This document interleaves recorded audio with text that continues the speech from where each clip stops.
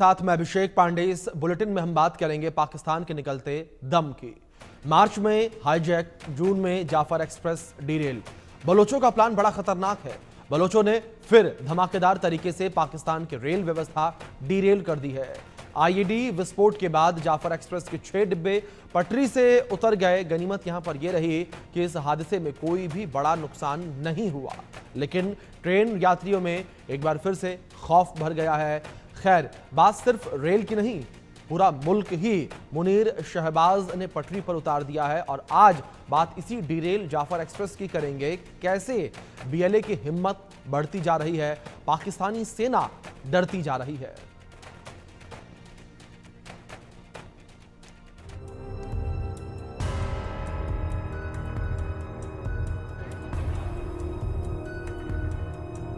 जब तक पाक झुकेगा नहीं तब तक बलोच छोड़ेगा नहीं। बलूचिस्तान के बोलन पास के पास पटरियां किसने उखाड़ी? मार्च में हाईजैक, जून में जाफर एक्सप्रेस डिरेल। बलोचों का प्लान क्या? बलोचों ने फिर धमाकेदार तरीके से पाक की रेल व्यवस्था डिरेल की। बात सिर्फ रेल की नहीं, पूरा मुल्क ही पटरी से उतर चुका है। बलोचों का मकसद मुनीर शहबाज को जीने नहीं देना। बलोचों ने मारा बम, पाक का निकला दम। 2 दिन पहले बलोचों ने मच आबे गम रेलवे ट्रैक उड़ा डाला था। अब खबर आ रही है कि बलूचिस्तान में बोलन पास के करीब रेलवे ट्रैक पर जोरदार धमाका हुआ है। पटरियां उखड़ गई हैं और जाफर एक्सप्रेस के 6 डिब्बे पटरी से उतर गए हैं, जिससे यात्रियों में अफरा तफरी मच गई। कई लोग घायल बताए जा रहे हैं। लोगों की भीड़ जमा हो गई। लोग राहत बचाव में जुट गए। बताया जा रहा है कि बोलन पास से ठीक पहले आईईडी ब्लास्ट कर पटरी उखाड़ी गई, जिससे ट्रेन के 6 डिब्बे पटरी से उतर गए।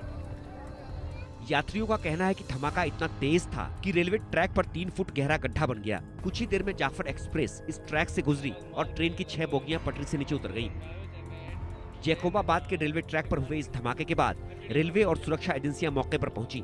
पता लगाया जा रहा है कि पटरी उखाड़ने की साजिश में कौन कौन संगठन शामिल हैं।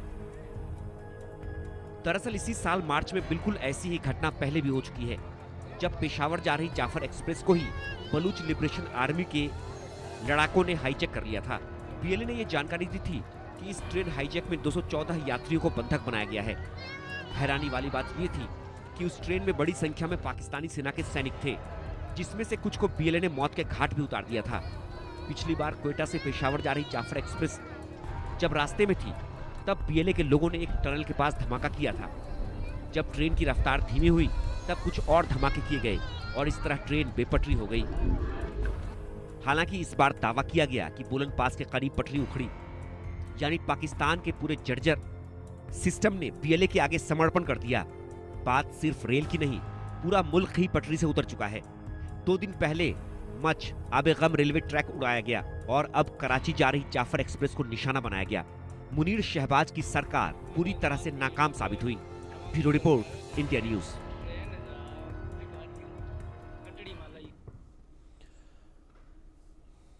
इस बीच हमारे साथ खास मेहमान जुड़ गए, उनका रुख करेंगे। हमारे साथ रिटायर्ड मेजर जनरल जेके बंसल जी जुड़े हैं डिफेंस एक्सपर्ट के तौर पर। बहुत स्वागत है सर आपका। और चर्चा की शुरुआत में सर आपसे सबसे पहले और सीधा जवाब जो इस पर ही चाहूंगा मैं, जिस तरीके से एक तरफ जो मुनीर हैं वो ट्रंप से मुलाकात कर रहे हैं और इस मुलाकात के बीच इस तरीके से बीएलए के द्वारा एक बड़ा हमला कर दिया गया, क्या आपको लगता है कि एक बड़ा संदेश देने की कोशिश है? सर इस पर जवाब लूंगा, लेकिन इस बीच हमारे साथ विदेशी मामलों के जानकार संजीव श्रीवास्तव जो भी जुड़ गए हैं। सर आपका भी बहुत स्वागत है। बंसल साहब। नमस्कार अभिषेक जी। देखिए, मुनीर तो वहां पे गया जरूर है, लेकिन कोई बेइज्जती हो रही है, वहां नारे लग रहे हैं, जिस होटल में वो ठहरे हुए हैं उनको मुनीर सेम मुनीर कायर है, मुनीर गीदड़ है, इस तरह की बातें हो रही हैं। तो उसका कोई, वो तो गया है वहां पे, लेकिन वो अपना इस्तेमाल के लिए अमेरिका उनको बुला लेता है और जिस तरह से चाहे बाद में इस्तेमाल करेगा, तो वो उसका एक अलग मामला है। जहां तक रही बात इसकी कि देखिए, बलूचिस्तान में जो लिबरेशन आर्मी है, इन्होंने ठान लिया है और वो अपने देश को लिबरेट कराना चाहते हैं, क्योंकि बलोचों के ऊपर में पाकिस्तान बहुत अत्याचार कर रहा है। उनके जितने भी संसाधन है उनका दोहन कर रहा है, उनके यहाँ कोई डेवलपमेंट नहीं है और सताया जा रहा है, फोर्स डिसअपियरेंस हो रहा है, किसी भी तरह का ये जो अत्याचार है, जुर्म है, उसके अगेंस्ट में जो जो जो शांतिपूर्ण प्रदर्शन है उनके ऊपर लोगों को करने नहीं दिया। तो आप Balochistan liberation army, Balochistan liberation front जो ये खड़े हो गए हैं और उन्होंने जो पाकिस्तान के नाक में दम किया, उनकी आर्मी एक निकम्मी आर्मी है जिसके पास लड़ने की कोई क्षमता नहीं। और जब से पाकिस्तान की आर्मी भारत के बॉर्डर की तरफ जो मोबिलाइज हुआ है, तो वो वहाँ उनका बहुत कमजोर हो गया है। वहाँ के जो पाकिस्तान के सैनिक भाग रहे हैं उनको बलूचिस्तान के जो लिबरेशन आर्मी पकड़ के ले जाती है और वहाँ पे बिल्कुल एकदम पैरालाइज किया है। तो वहाँ पर जो पाकिस्तान के नाम की सरकार तो कोई है ही नहीं, क्योंकि पुलिस चौकियों पर भी कब्जा कर लिया जाता है। तो इन सब बातों को देखते हुए जब तक पाकिस्तान बलोचों का अधिकार नहीं देगा, तो वो इस तरह का जो है वहां पर चलता रहेगा, जो अटैक चलते रहेंगे और अल्टीमेटली पाकिस्तान के तो खंड खंड टुकड़े होने हैं। तो उधर से जो खैबर पख्तूनख्वा के अंदर में टीटीपी है, पीओके हमारा है ही, और सिंध के अंदर में जिस तरह की जो आवाज उठी है, तो जब तक इनका जो एक दोहरा रवैया है, जो सौताला व्यवहार है बाकी स्टेट के साथ में, सिर्फ पंजाब को ही वरीयता देते हैं, जब तक ये पाकिस्तान की जो हुकूमत है, पाकिस्तान की जो आर्मी इसमें अपना मन नहीं चेंज करेगी और सिर्फ फोर्स के जरिए या जो दबाना चाहेगी, तो ये इस तरह के हमले होते ही रहेंगे। जी और पाकिस्तान को जो इसको रोक नहीं सकता, उनकी निकम्मी आर्मी रोक नहीं सकती, और पाकिस्तान के अंदर में अफरा तफरी और एक अनरेस्ट रहेगा। जी जी अभिषेक। बिल्कुल। संजीव जी, दूसरी मैं आपका रुख करना चाहूंगा। जिस तरीके से हमले लगातार यहां पर हम देख रहे हैं कि बीएलए ने अपने हमले और तेज कर दिए, और इस बीच जिस तरीके से बलूचिस्तान लिबरेशन आर्मी अपने हमलों को तेज कर रही है, जाफर एक्सप्रेस पर अगर बात करें 4 महीने के अंदर 2 बार हमले हो गए एक ही ट्रेन के ऊपर। किस तरीके से एक मैसेज पाकिस्तान को लेकर जा रहा है? पाकिस्तान दावे तमाम करता है सुरक्षा को लेकर, लेकिन एक ही ट्रेन पर 2 बार हमले होना, और दोनों बार जो है पाकिस्तान को, पाकिस्तानी आर्मी को मुंह की खानी पड़ी यहां पर। जी जी, देखिए, जैसा कि बंसल साहब ने बताया कि जो पाकिस्तान के हुक्मरान हैं वो बलूच लोगों के साथ हर तरीके का ज्यादतियां उनके ऊपर वो करते हैं, उनके साथ सेकेंडरी ट्रीटमेंट किया जाता है। बलूचिस्तान जो कि पाकिस्तान का क्षेत्रफल के लिहाज से सबसे बड़ा प्रोविंस है, वो अकूत प्राकृतिक संसाधनों से संपन्न है, लेकिन वहाँ के लोग बेहद गरीब हैं। वहाँ के लोगों को बेसिक एमेनिटीज से वंचित रखा जाता है, और उसके साथ साथ बलूच लोगों की अपनी पहचान स्वयं की है। वो एक बड़ी इथनिक आइडेंटिटी रखते हैं कि अपनी भाषा है, बोली है, संस्कृति है, अपने कस्टम ट्रेडिशंस हैं। और जाहिर है कि ये जो पाकिस्तान के जो पंजाबी सुन्नी डोमिनेशन वाले जो हुक्मरान हैं, वो बलूचों के साथ भी सेकेंडरी ट्रीटमेंट करते हैं। और जाहिर है कि वो चाहे वो पश्तून हो, चाहे वो हमारे कश्मीरी हो, चाहे वो सिंधी हो, उनके साथ तो ये सेकेंडरी ट्रीटमेंट करते ही करते हैं।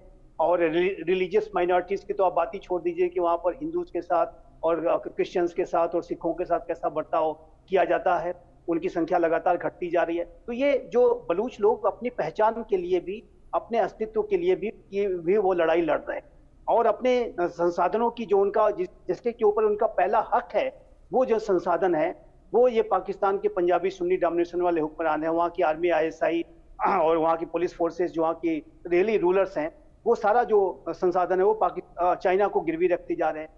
चाइना पूरे वहाँ बलूचिस्तान का दोहन कर रहा है, शोषण कर रहा है, और वहाँ के जो प्राकृतिक संसाधन है वो पंजाब के प्रांत में डाइवर्ट कर दिए जाते हैं। तो उसको लेकर के लोगों के अंदर का जो गुस्सा है बहुत ही गहरा है, और ये लोग आज़ादी की मांग कर रहे हैं। बलूच लोग अपनी, जैसे कि मैंने कहा कि एक स्वतंत्र राष्ट्र की मांग कर रहे हैं, और वो जाहिर है कि उनके अंदर वो सारे क्रेडेंशियल्स हैं कि वो राष्ट्र का निर्माण कर सकते हैं। तो ये मेरा मानना है कि ये जो भी वहाँ पर बलूचिस्तान में हो रहा है, इसके लिए पाकिस्तान के जो रियल रूलर्स हैं, वहाँ की army, ISI, police forces, intelligence agencies, वो सभी इसके लिए जिम्मेदार हैं। बड़ी संख्या में आज भी बलूच लोगों का डिसअपीयरेंस, फोर्स डिसअपीयरेंस किया गया है, और ये पता नहीं है कि लोग कहाँ गए। इनकी हत्याएं कर दी गई हैं, इनके महिलाओं बच्चों के साथ हर तरीके का दुर्व्यवहार होता है, और यही कारण है कि आज बलूच लोगों के अंदर इतना गुस्सा है कि वो ट्रेनें अगवा कर ले रहे हैं, सेना के काफिलों पर हमले कर रहे हैं। और ये मैं स्पष्ट रूप से देखता हूं कि पाकिस्तान के जो आंतरिक हालात हैं, ये पाकिस्तान के हुक्मरानों की गलत नीतियों की वजह से लगातार बिगड़ते जा रहे हैं। सुरक्षा संबंधी हालात भी पाकिस्तान में दयनीय हो चुके हैं, आर्थिक हालात तो वहां दयनीय है ही। और ऐसे में जो पाकिस्तान डिसइंटीग्रेशन की तरफ बढ़ रहा है, और ये जो इसका जो अगर पाकिस्तान डिसइंटीग्रेट करता है तो इसके लिए सीधा सीधा सिर्फ और सिर्फ जो पाकिस्तान के जो रियल रूलर्स, वहाँ की आर्मी, आईएसआई, पुलिस फोर्सेस और करप्ट पॉलिटिशियंस जो हैं वो इसके लिए जिम्मेदार होंगे। ये मैं स्पष्ट रूप से कहना बिल्कुल बिल्कुल। बंसल साहब, दूसरी ओर अगर बात की जाए इन हमलों को लेकर, जिस तरीके से बीएलए ने अपने हमलों को तेज कर दिया है, क्या ये लड़ाई अब किसी निर्णायक मोड़ पर पहुंचने वाली है? क्या बलूचिस्तान अब आजाद होकर रहेगा तभी इस तरीके के हमले खत्म होंगे? देखिए, एक हमले तो चलते रहेंगे और इतनी जल्दी आजाद होने के चांसेस भी नहीं है। और बिल्कुल सही कहा संजीव जी ने कि जो दोहन वहाँ पे जो चाइना के थ्रू और जो वहाँ के गधे हैं उनको ले जाया जाता है। और जो अभी इन्होंने ग्वादर पोर्ट बनाया था, वो जो एयरपोर्ट है उसकी क्षमता जो 4 लाख यात्रियों की है, वहाँ कोई पैसेंजर तो आता नहीं, तो वहाँ गधे काट करके उसकी खाल हड्डी मांस जो है वो चाइना में जाता है, जिसको जो है बलोच लोग अच्छा नहीं मानते। और एक तरफ तो पाकिस्तान के जो आर्मी हैं, आर्मी चीफ मुनीर, वो कहते हैं कि जो बलूचिस्तान है हमारे माथे का झूमर है, और दूसरी तरफ उनके साथ अत्याचार किए जाते हैं। इसके अलावा जो सबसे बड़ी बात यह है कि ये जो गलत फहमी है जनरल मुनीर को या मुल्ला मुनीर को कि बलोच कुछ नहीं, तो उन्होंने कहा था कि 1500 जो मुट्ठी भर बलूचिस्तान के लोग हैं, बलोच लिबरेशन आर्मी है, वो नहीं कुछ भी कर सकते, वो हमको बलूचिस्तान हमसे अलग नहीं करा सकते। लेकिन वो 15,000-1500 की बात नहीं है, उनकी सेना तो काफी शक्तिशाली है, लेकिन वो कमिटेड लोग हैं। पूरा बलूचिस्तान, वहाँ की पूरी जनता जो है वो पाकिस्तान के खिलाफ है, और जब तक जनता आपके साथ नहीं है तो उससे जो है फिर आपको वहाँ पे रूल करना बहुत मुश्किल हो जाएगा। जो इनको दबाने की कोशिश अंग्रेजों ने भी की थी बलूचिस्तान को, तो वो दबा नहीं सके अंग्रेज भी। तो पाकिस्तान के जो हुक्मरान है, अगर वो बलोच में शांति चाहते हैं या अपनी जो है वहाँ पे अपना राज कायम करके रखना चाहते हैं, तो बलोचों के साथ में उनको जो है एक जस्टिस करनी पड़ेगी। लेकिन पाकिस्तान के अंदर में जो वहाँ की सेना है और जो वहाँ की सिविलियन गवर्नमेंट है, वो करप्ट गवर्नमेंट है। उन्होंने अपनी आंखें बंद की हुई हैं। अपने जो बिल्कुल बंसल साहब, बिल्कुल ठीक कहा आपने कि वहाँ की सेना, वहाँ की सरकार ने अपनी आंखें बंद कर ली हैं। जी बिल्कुल, बंद कर ली अपनी आंखें। जिस तरीके से लगातार बलोचों पर अत्याचार हो रहा है, उन अत्याचारों को इग्नोर कर रहे हैं। संजीव जी, मैं आपका रुख करूंगा। और अगर बात की जाए बलूचिस्तान की आज़ादी को लेकर, बलूचिस्तान की आज़ादी का मुद्दा यूएन तक में उठा है। यूएन में भी इस बात का जिक्र किया गया कि पाकिस्तानी सरकार, पाकिस्तानी मिलिट्री किस तरीके से मानवाधिकारों का उल्लंघन कर रही है, जबरन लोगों को गायब किया जा रहा है, लोगों की हत्याएं की जा रही हैं। आप किस तरीके से देखते हैं, क्या यूएन तक ये पूरा मामला पहुंच गया, लेकिन उसके बावजूद भी किसी प्रकार का कोई एक्शन जो है वो नहीं लिया गया पाकिस्तान के ऊपर, पाकिस्तानी सरकार के ऊपर? जी, बलूच लोग अपनी जो ग्रीवांसेस हैं उसको हर एक मंच पर उठाने की वो लगातार कोशिश करते हैं। हर तरीके का बलूच आबादी विदेशों में भी बड़ी संख्या में रहती है, और वो जो बलूच आइडेंटिटी के लोग हैं वो अपनी जाहिर है कि मातृभूमि के लिए अपनी जो मूल कल्चर, ट्रेडिशन, कस्टम, जो उनकी अपनी जो पहचान है उसको वो मिटते हुए नहीं देख सकते। और इसी वजह से जब पाकिस्तान के हुक्मरानों की ये जो मानवाधिकार उल्लंघन और अत्याचार, दमन, शोषण, बर्बरता को लेकर के वो विदेशों में अपनी आवाज उठाते हैं, यूएन के मंचों तक वो पहुंचे हैं। और जाहिर है कि अनेक जो विदेशों में पाकिस्तान के एम्बेसीज के सामने आए दिन धरने प्रदर्शन होते हैं। तो ये जो बलूच लोग हैं वो विदेशों के माध्यम से भी, अंतर्राष्ट्रीय समुदाय के माध्यम से भी अपनी आवाज बुलंद करने की कोशिश कर रहे हैं, और उनको समर्थन भी मिलता हुआ दिखाई देता है। और मैं स्वयं नई दिल्ली में नीला बलोच नामक एक वहाँ की बड़ी प्रोमिनेंट लीडर है, मैं उनसे स्वयं मिला था। और जब मैंने उनकी बातें सुनी तो जाहिर है कि जिस तरीके के वो बातें उन्होंने रखी कि किस तरह से वहाँ पे सेना वहाँ के लोगों के ऊपर दमन करती है, बर्बरता, अत्याचार करती है, और उनके लोगों को डिसअपियरेंस का सामना करना पड़ा है बड़ी संख्या में। तो जाहिर है कि ऐसे में कोई भी भावुक हो सकता है, और उस तरीके के नैरेटिव को जाहिर है कि अंतर्राष्ट्रीय समुदाय जो है निसंदेह उसको सुनता है और उसको गंभीरता से अब लिया जा रहा है। और बिल्कुल बिल्कुल संजय जी, जाहिर तौर पर गंभीरता से इस विषय को लिया जा रहा है। आगे चलकर लड़ाई क्या मोड़ लेती है वो देखने वाली बात होगी, लेकिन इस बीच में आप दोनों से रिक्वेस्ट करूंगा कि आप दोनों मेरे साथ बने रहें। एक बड़ी खबर निकलकर सामने आ रही है, उसका रुख कर लेते हैं, जहां बीएलए ने सीपीईसी पर पाकिस्तानी सेना के कैंप पर हमला किया है। ये बड़ी खबर है। केच जिले में होशाब में ग्रेनेड से हमला किया गया है। पाकिस्तानी सेना ने कैंप को भारी नुकसान पहुंचाया है। ये बड़ी खबर निकलकर सामने आ रही है। चीन पाकिस्तान इकोनॉमिक कॉरिडोर इसके ऊपर जो चौकी बनी हुई थी इसकी रखवाली के लिए, उसके ऊपर यह हमला किया गया है। हैंड ग्रेनेड से हमला किया गया है, ये बड़ी खबर है। इस कैंप पर हैंड ग्रेनेड से हमला किया गया और भारी नुकसान पहुंचाए जाने की खबर ये निकलकर सामने आई है और दोनों मेहमान लगातार बने हैं। बंसल साहब, मैं आपका रुख करूंगा। अगर बात चीन पाकिस्तान इकोनॉमिक कॉरिडोर को लेकर करें, सीपीसी कॉरिडोर से भी गहरी नाराजगी बलूचिस्तान के लोगों को रही है और लगातार इस कॉरिडोर को खत्म करने को लेकर हमले किए जाते रहे हैं। बिल्कुल ठीक कहा आपने। देखिए, ये कॉरिडोर जो है वो बलूचिस्तान के लोगों का शोषण के लिए बना हुआ है कि वहाँ की जो संपदा है, खनिज संपदा है, उसको लूट करके भेज दिया जाए चाइना के पास में, जो कि वहाँ की जनरल और जो वहाँ की गवर्नमेंट कर रही है। और उसके लिए बिल्कुल जो बलूचिस्तान के लोग बिल्कुल भी तैयार नहीं है। कुछ चीनी लोगों को भी मारा है और चीनियों को मारने के चक्कर में फिर चीनी की गवर्नमेंट ने, चाइना गवर्नमेंट ने ये मुद्दा उठाया पाकिस्तान के साथ कि उनको सुरक्षा दी जाए, तो उनको सुरक्षा भी नहीं दे पा रहे हैं। और चाइना फिर ने भी यहाँ तक प्रपोजल दिया कि हम अपनी आर्मी यहाँ भेज देंगे उनकी सुरक्षा के लिए। तो इस प्रकार से ही चल रहा है। अब बात आती है, जैसे कि आपने कहा कि यूएन में भी ये मुद्दा उठाया। यूएन तो टूथलेस टाइगर है, यूएन कुछ कर तो सकता है, मुद्दा उठा के कोई मूवमेंट हो नहीं सकती इसमें। तो तभी कोई एक जो बलूचों का अगर कोई उनको मान्यता मिलनी है तो उनको पाकिस्तान के साथ में जो वो पाकिस्तान को जो टक्कर दे रहे हैं वो तो अच्छी बात है ही कि पाकिस्तान को ये समझ आ जाए, लेकिन उसके साथ साथ किसी देश के साथ में उनको पहले होना पड़ेगा।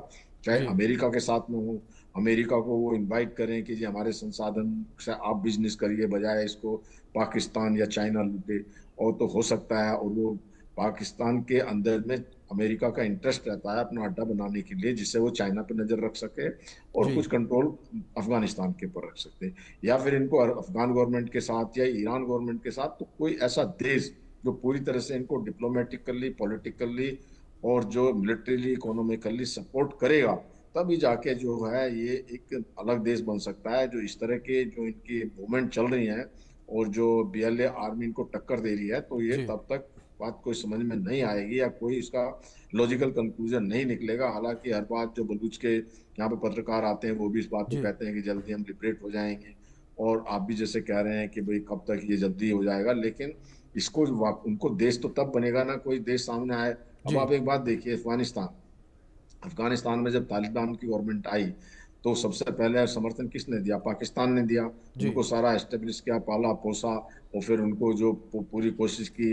जो इमरान खान वो कहते थे कि मैं आपका सफीर हूँ, मतलब आपका जो है वो मैं एम्बेसडर हूँ पूरे वर्ल्ड में आपको करने के लिए। तो ये पाकिस्तान कुछ भी हो, एक देश है। इसी प्रकार से जब तक कोई देश सामने नहीं आएगा बलूचिस्तान को सपोर्ट करने के लिए, तब तक इनका अलग देश बनने में काफी समय लगेगा। तब तक उसको नहीं हो पाएगा कि हाँ। बिल्कुल बंसल जी, जाहिर तौर पर देखना बड़ा ये अब दिलचस्प रहेगा कि किस तरीके से जो बलूच हैं वो अपनी लड़ाई को आगे जारी रखते हैं। संजीव जी, दूसरी अगर बात इस सीपीसी कॉरिडोर को लेकर की जाए, जिस तरीके से सीपीसी कॉरिडोर के लिए रखवाली के लिए जो चौकी बनाई गई थी, वहां पर हैंड ग्रेनेड से हमला कर दिया गया।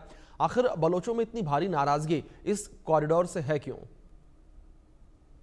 देखिए, चाइना पाकिस्तान इकोनॉमिक कॉरिडोर एक कॉलोनियल प्लान का हिस्सा है जी। और वो जो चाइना का जो शी जिनपिंग का जो सिग्नेचर प्लान है, बेल्ट एंड रोड इनिशिएटिव, ये जो बेल्ट एंड रोड इनिशिएटिव एक औपनिवेशिक प्लान, ये राष्ट्रों को डेप्थ ट्रैप में फंसाने की साजिश है। चाइना इस बीआरआई के माध्यम से, जिसका कि सीपीसी पार्ट है, उससे वो एक प्रेडेटरी इकोनॉमिक्स कंडक्ट करता है।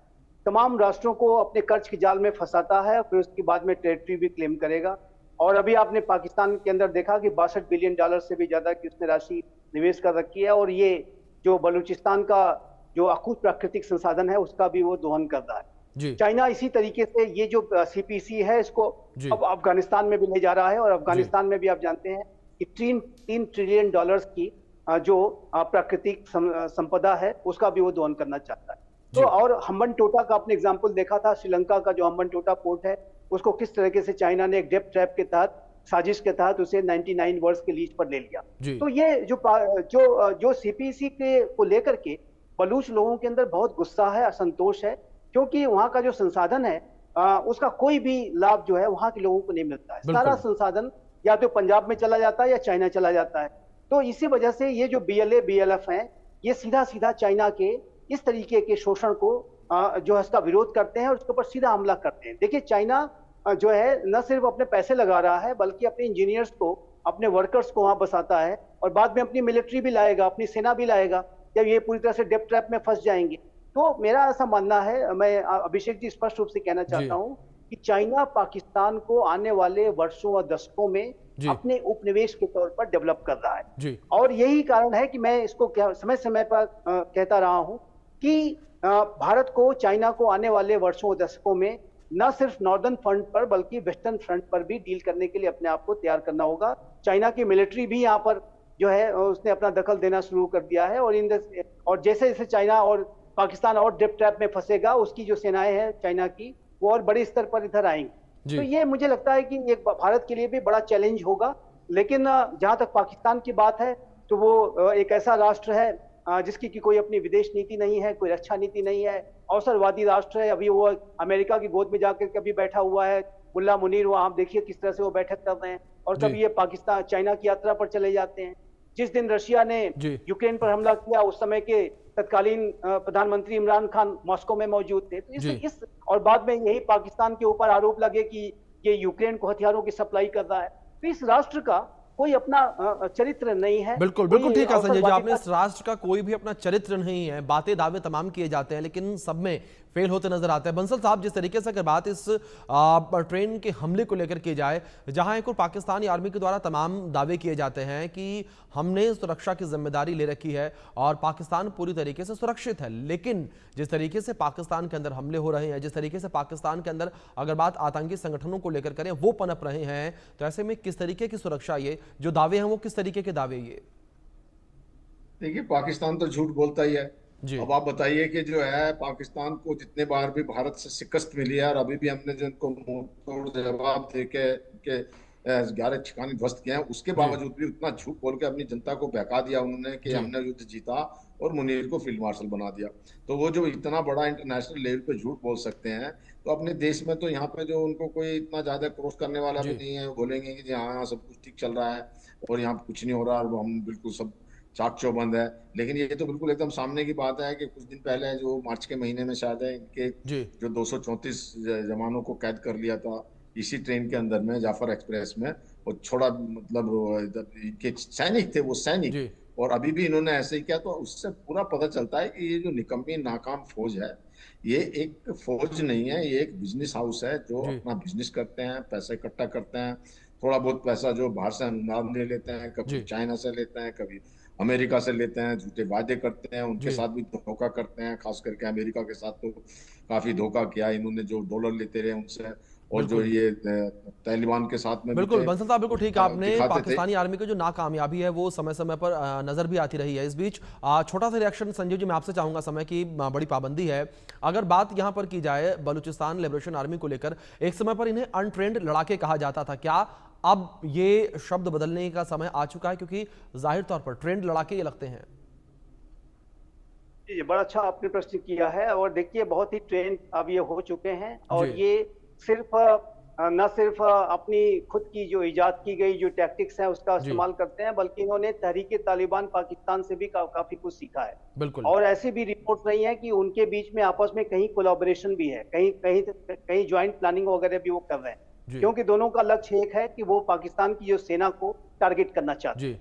बलूचिस्तान लिबरेशन आर्मी भी टीटीपी की टैक्टिक्स पर चलते हुए सीधा सीधा वहां की आर्मी को टारगेट कर रही है। बिल्कुल ठीक है संजीव जी, आपने लगातार अपने टारगेट पर हमले बीएलए कर रही है, जिस तरीके से लगातार हम देख रहे हैं टारगेट यानी कि पाकिस्तानी आर्मी, और लगातार हमने देखा किस तरीके से कई पाकिस्तानी आर्मी की चौकियों को तबाह कर दिया, पाकिस्तानी आर्मी को, पाकिस्तानी सेना को।